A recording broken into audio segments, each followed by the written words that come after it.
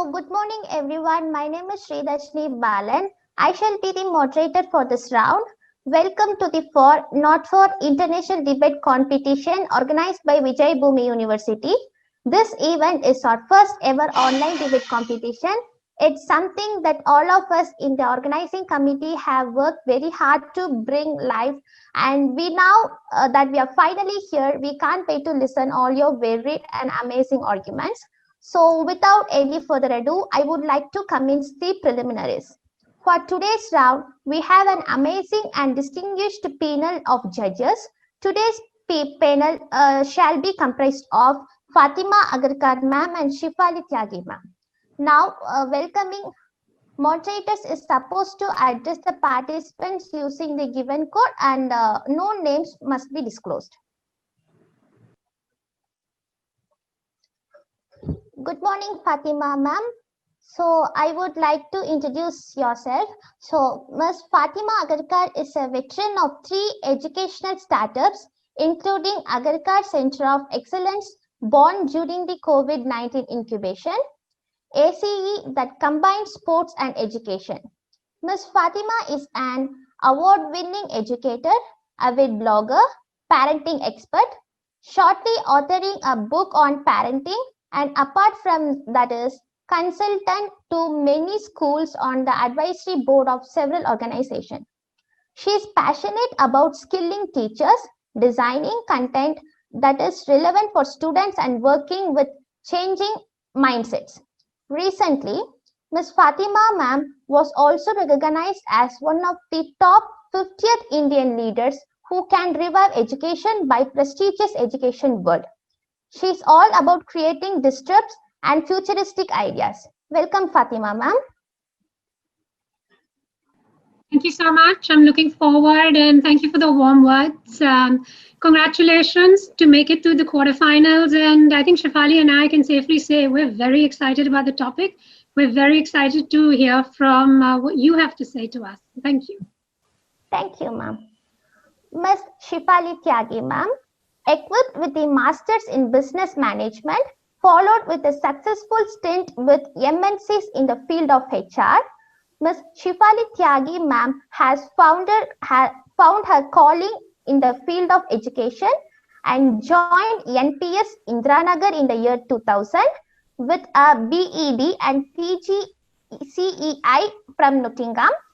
She took up the role of principal of NPS HSR in 2016 and has enthusiastically kindled the spark that education can ignite. Ms. Shifali Tyagi ma'am is an eloquent orator, active listener, and a passionate educator. She advocates and encourages debating as powerful tool communication. Ms. Shifali ma'am believes that debates are the best way to interact, opine, and arrive at healthy solutions to almost any issue that exists. Welcome, Shifali ma'am. Thank you, dear, for such lovely words. And I'm sure as much as I like speaking, today I'm waiting to listen to all of you. Thank you. So before we proceed to the coin toss, here are the basic rules regarding this round. The sides of the debate will be decided through the third-party coin toss application. I will request one of the participant to call the toss, and whoever wins shall be allowed to choose whether they would like to be the affirmative or negative. So who wins the coin toss will decide, and who lost the coin toss will decide the side. One side or finalized for speaker goes first, and the participants is requested to make 4-minute constructive speech within if needed. I shall indicate through chat whether 3 minutes of their speech has elapsed.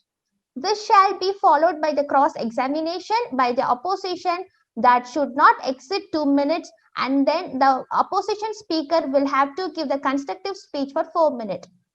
This is for opposition speaker will have to constructive speech for 4 minutes, and post which we will have the judges followed by the constructive rebuttal speeches, and each side post which we have the judges followed by 2 constructive rebuttal speeches, either the sides to sports, And if the rebuttal are time consuming, grace for 30 seconds, we will be granted to the speaker, provided that the judges consent for the same. I shall essentially be the flow of the debate. A couple of ground rules that must be laid out. First of all attendees, panelists, and participants are requested to be on mute all the times except when asked to speak. Secondly, participants are required to limit their speeches within the time given allotments, and the case if they exceed the given time, I shall be liberty and interrupt their speech and mute them immediately. Thirdly, I would like to remind everyone to pay heed to tournament's equity policy and other laid down rules as we follow a strict no tolerance policy of any kind of violence. Before we commence with the debate, I would request everyone to clear all the clarifications right away, as no further interruption shall be accepted. So now I'll be telling all the time allotments.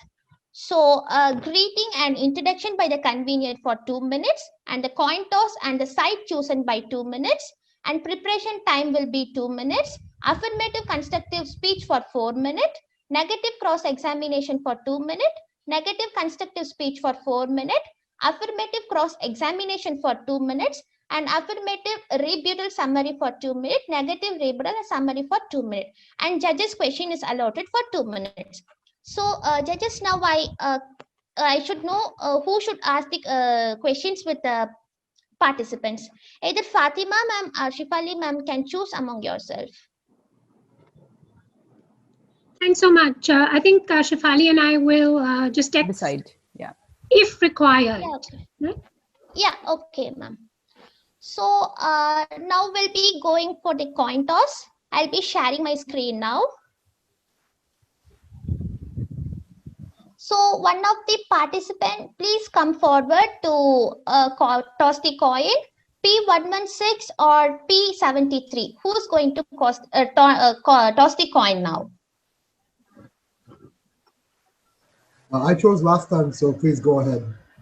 I want to leave it up to fate today. Okay, you choose heads or tails.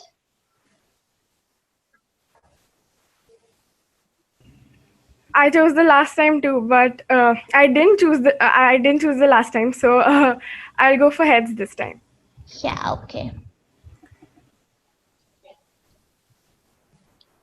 Okay. So P73, you have win the coin toss. So you will decide the topic. And P116, you had lost the coin toss. So you will decide which side. Okay. Right. So I would like to go with the first topic. Okay. Which is about making voting compulsory in all elections. Yeah. Okay.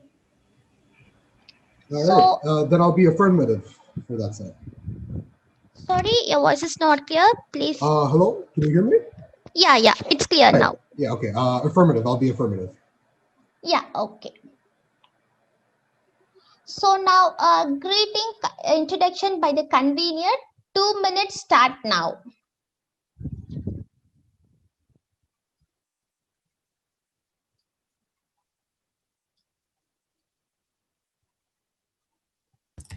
Hello, everybody. Thank you very much for being here. On that note, we'd invite the affirmative speaker to start the debate. On the moderator, please handle the timings accordingly. All right? Yes, All sure. of you have Thank a great you. round. All right. I guess that's me, right? Yeah, that is you. Right. Okay. Could you start as soon as I start so that there are no complications? The timer. Sorry, preparation time is for 2 minutes.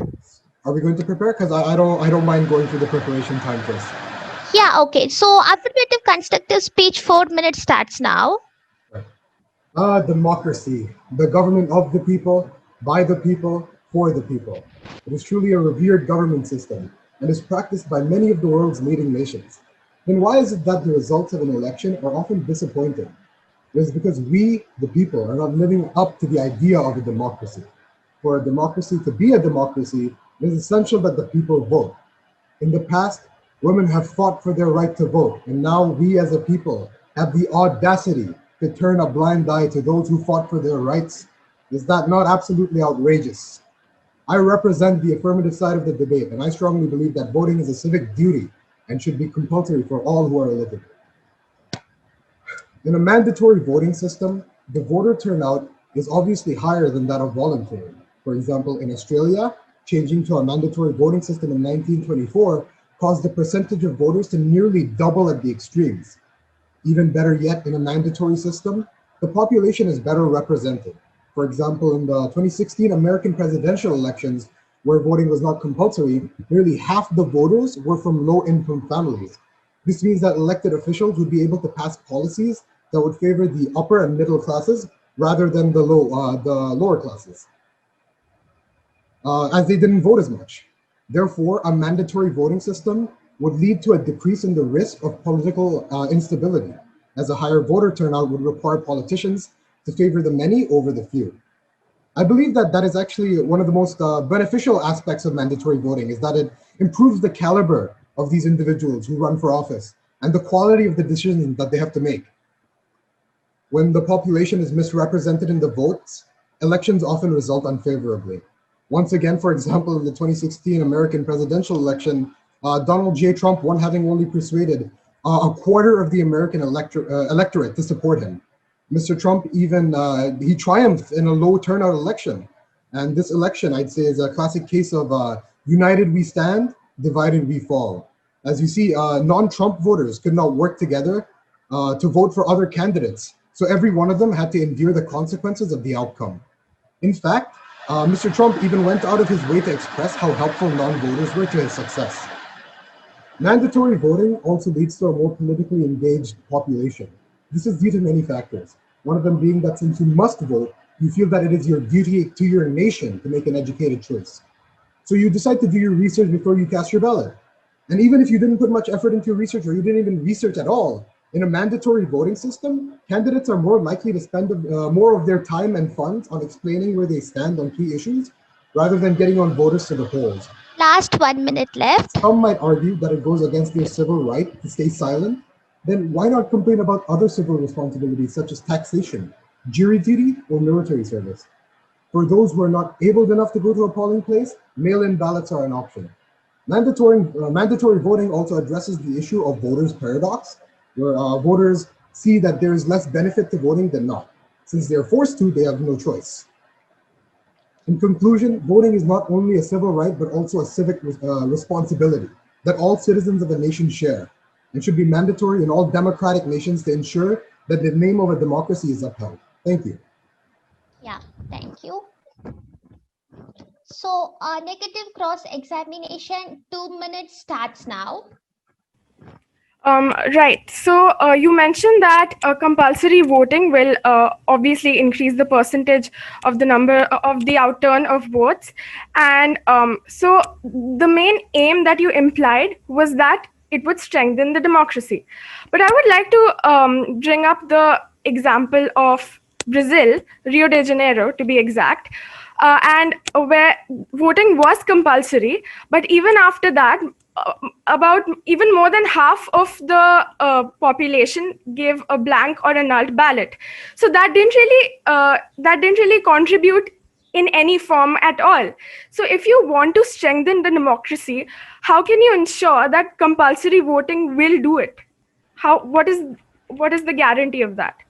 Right. You see, I think the problem in Brazil isn't the way that voting is handled, but rather the politicians that are chosen and how their voting affects the politician that gets chosen, right? When people are not voting, there's a reason to it. It's because the politicians that have been chosen are obviously corrupt, or they don't take care of the country, or they don't care about the people, right? I believe that in Brazil, it's more a problem of corruption rather than the voting system. And unfortunately, the voting system the change in the voting system can't really help Brazil with that. I think their problem lies elsewhere. So 1 minute left. Right. So so you said that the problem lies in so you mentioned yourself that the problem lies in the voting system of Brazil. So that is actually a contradiction to the fact that No. I compulsory. didn't. I said that the problem lies elsewhere, not in the voting system, right? Okay. So, It's a factor of corruption, is what I'm saying. so there lies a contradiction that compulsory voting is not going to improve it. Right, So but I believe time's it's up. unrelated. Time's up. So now, negative constructive speech, 4 minutes starts now. Okay.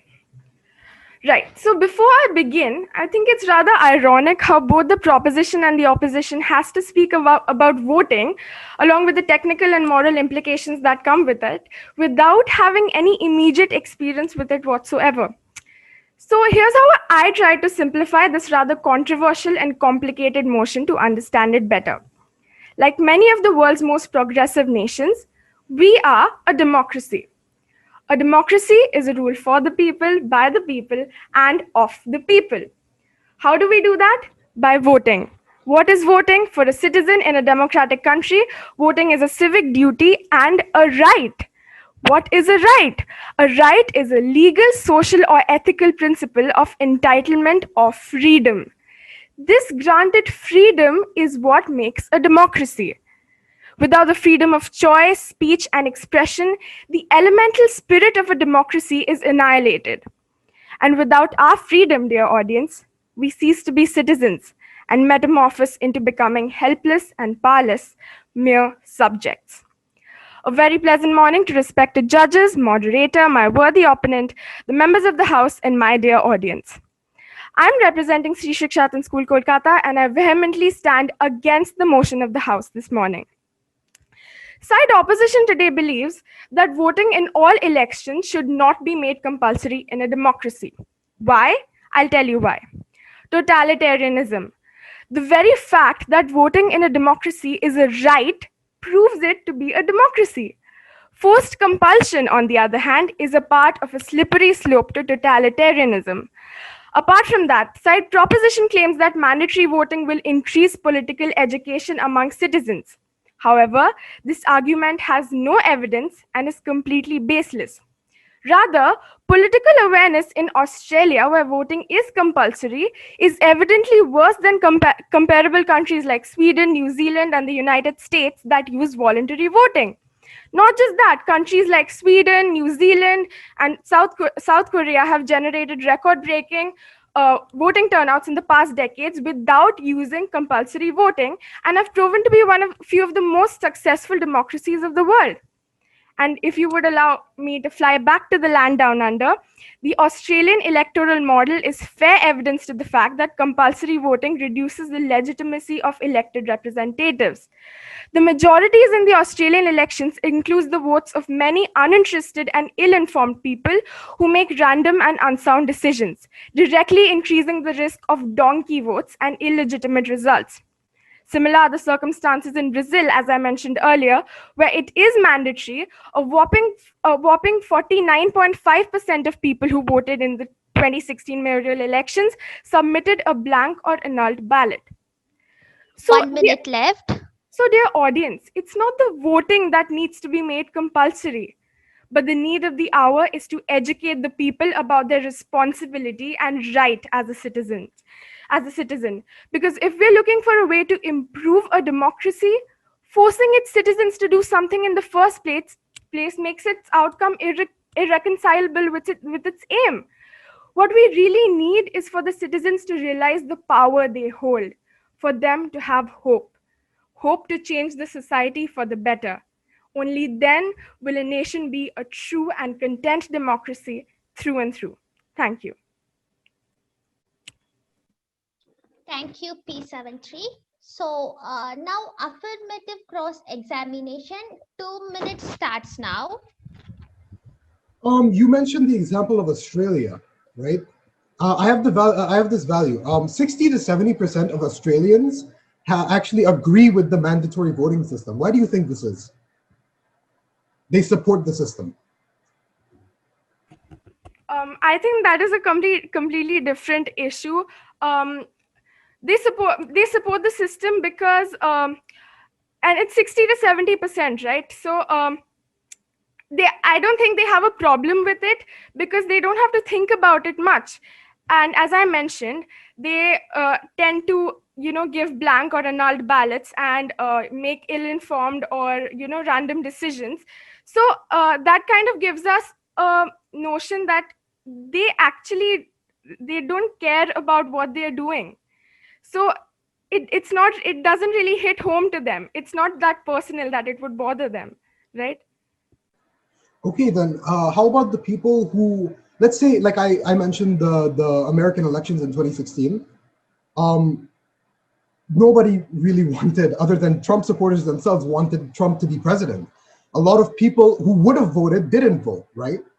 Wouldn't you say that forcing them to vote would have had a substantial enough change that the America we see today is different to the America we could have seen? Yes, and that is exactly what I mentioned in my speech. Compulsory voting will not change this. What will change this is giving the people hope. The people, they've stopped voting because they have no hope to change the system, right? They've given up hope. They think they're powerless, but they need to be made to realize that they have the power to make a change in the society for the better. They need to be educated enough to do that. And I think that is what will actually make a real difference in society. Thank you.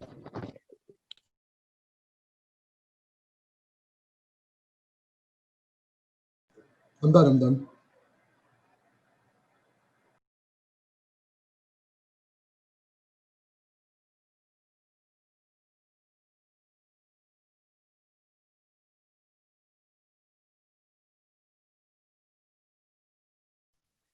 Yeah, sorry. So affirmative rebuttal summary, 2 minutes starts now. Right, so you say that we need to tell the people that they have the power to vote, right? Wouldn't making voting mandatory in a way do that? Telling them, or rather, you say forcing, but it's sort of showing them that in a democracy, it is their power and they should vote, right? It's like the people who wouldn't vote anyways because they don't want to vote. When you're forced to vote, you don't give yourself that choice. What happened in the 2016 elections is this thing called voters paradox, where the benefit to go vote isn't big enough to in comparison to not voting. That's simply it. I feel like for a true democracy to be upheld, you need everybody to vote. You need to see the population as a whole rather than only the percentage of the population that vote. In summary, voting is essential to a democracy and should be made mandatory as the pros outweigh the cons.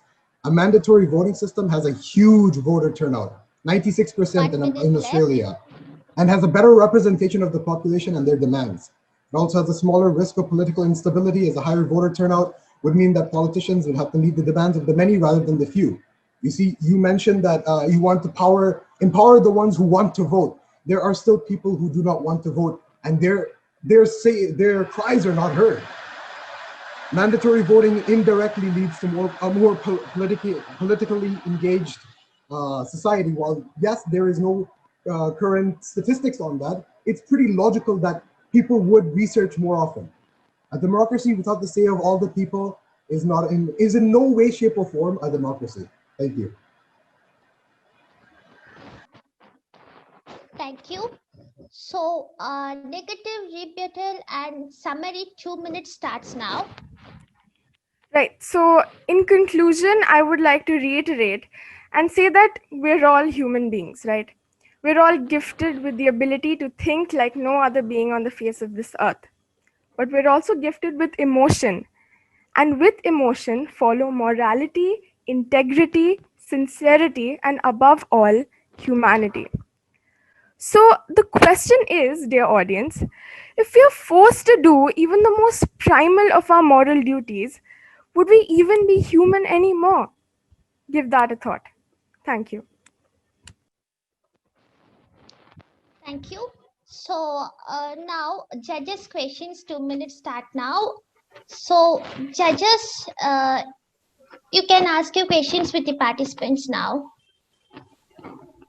Good morning, participants. I think participant 116 and 73, you both put in your point with a lot of conviction and persuasiveness, I should say. I would like to ask participant 116 one question, that do you think that mandatory voting will ensure election of the right candidate? See, the thing is, the right candidate is, you have to think of this from a mutual standpoint, right? The right candidate in a democracy is what the people want. Is that not true? Yes, of course. Yes. So in a mandatory voting system, using like a ranked system, that's the flaw I see with the American system. They don't use ranked. In an American system, they use, an Australian system, they use ranks, right? What this does is that basically the most, the politician that gets the highest rank on average is the politician that gets elected. So yes, I do believe the right politician, or the politician that the people want, is usually chosen. Whether they disappoint is another thing, is another problem in itself, but the voting system does work. Yeah, no, but that is why I was talking to you about US election you just mentioned, just quoting your example. Anyway, right. Leave that aside. Another question I have is from participant 7-3. Have you heard of a voting, in ballot mention of nota? Yes, ma'am. So you are not electing anyone, you're not selecting anyone, but you're still conveying a message to the government. So there are ways. I feel education is not just about gathering information, it's also about being aware of your surroundings, being well informed about your surroundings, and being responsible. So that's all I have to say. And both of you had put up your points very beautifully and with a lot of conviction and persuasiveness, I must say. Thank you so much. Thank you. Thank you, judges. I have a question. Yes, ma'am. I'm just going to switch my camera off. Unfortunately, I have a bandwidth issue, so bear with me, participants. Like Shefali mentioned, very eloquently put your points across. I was just concerned about one thing. You haven't included India, one of the largest democracies in either of your presentations. Is that because you're worried about what is the political scenario in the country? You want to stay away from the other issues that you mentioned? So participant 116, the question is to you. And I'm going to take up from what Shefali mentioned. Is it an emotional issue when it comes to voting? Do you emotional, think that... as in like people being forced to vote? Yes. Right. In that case, what about other civic responsibilities like military time or like jury duty? These are all things that they are forced to do. Why don't we complain about that? I can tell you as a man, and almost all men, that we don't want to be forced into the army. It's putting your life at risk, right? So if there are some things that you must do for your country, it is written in the laws. You know, obviously nobody likes it. Nobody likes being put in the military. Some people love mandatory voting. It's a very different thing, but I feel like it's not a thing that people should complain about as it's not the main response, like the top thing to complain about. If you're going to complain about something, complain about being put into the army. Complain about doing jury duty. Complain about taxation. Taxation is theft. Okay. Compulsory voting is itself against the ethos of democracy. What do you think? What do you think? Well, obviously, that is an argument, right? But wouldn't you say that a democracy without the say of the people, let's say only 50% or even less vote, then how about the 60% or more who didn't vote, right? It's not a democracy if the people who didn't vote don't get their say in. Then it's only half the people who are being represented by these politicians. The other 50% are left, barren. They don't get to let their say through, Yeah, so the cynics who sit back and complain. Thank you so much. And I'm going to ask, exactly. Thank you so much. P73, if you can unmute. The question really is, you're talking about, the topic of the debate was mandatory voting, and I understand democracy is the right to freedom. And in a way, it's controversial. But the fact is, if you look at the political leaders today, and I know you guys are only focused on the Western world, you haven't looked inwards.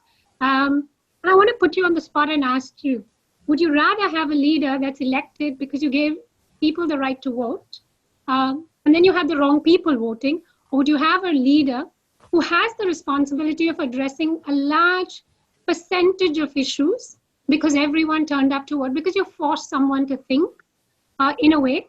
It's almost like you go to school, right? Right to education, but you still have to go to school.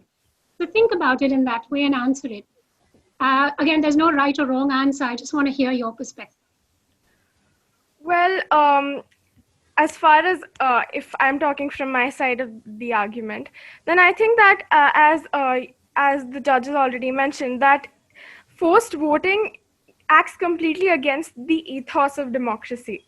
So if and you said that if I would like to have a leader who addresses a majority of the issues and was elected by more people who were forced to think, that would actually stand against the idea of democracy, because we're free to choose what we want to do. And right. So by that admission, you might just have the wrong leader leading the country because only 1% voted, because the rest stayed away. Again, personal question.